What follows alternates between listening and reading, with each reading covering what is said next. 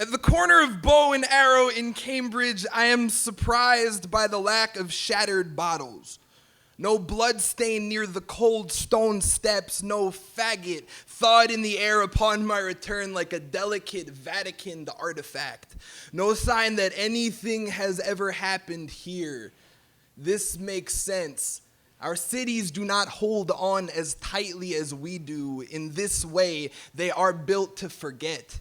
Each condominium bloom and eviction notice, the bleach scrub that kisses painted walls brick, the rotary broom that licks gutters clean. 4 years ago, I stood as I stand now, though composed mostly of different skin cells. My torso resting neatly on pelvis, my fingers stitched into Henry's dark hand. A snapshot of our baby grand piano fingers probably looked like the most boring post-racial kumbaya clip art, but the way his instrument pulsed in my mouth played an altogether different tune. Straight boys always want it to be special, so I let him leave the television on. Let his eyes open and wander. He lays still, expecting to dress him for burial. I oblige.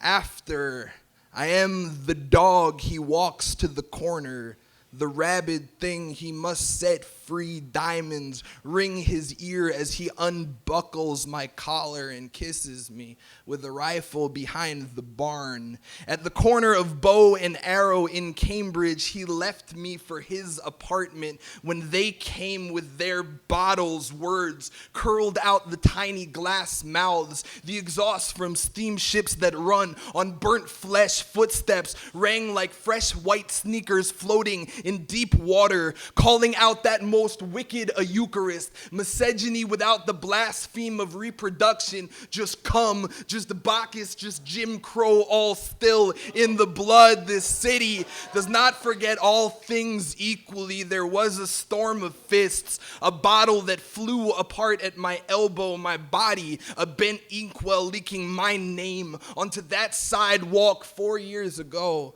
At the corner of Bow and Arrow, all of Boston shook like a fist. Today, there is nothing besides the quiver in my skin. This homecoming to a vacant building, the dog constantly re-owned. The smell of bleach over vomit beside a food court table. When my blood tongue kissed the sidewalk, it knew this was a one-night stand. That sewers are nothing but fields of hungry throats. That cities are paved over graveyards whose stories smoke and claw mute at our feet. So I bend to the dead ground, pull a seed from my mouth, and watch the weeds push tiny ghosts through the concrete.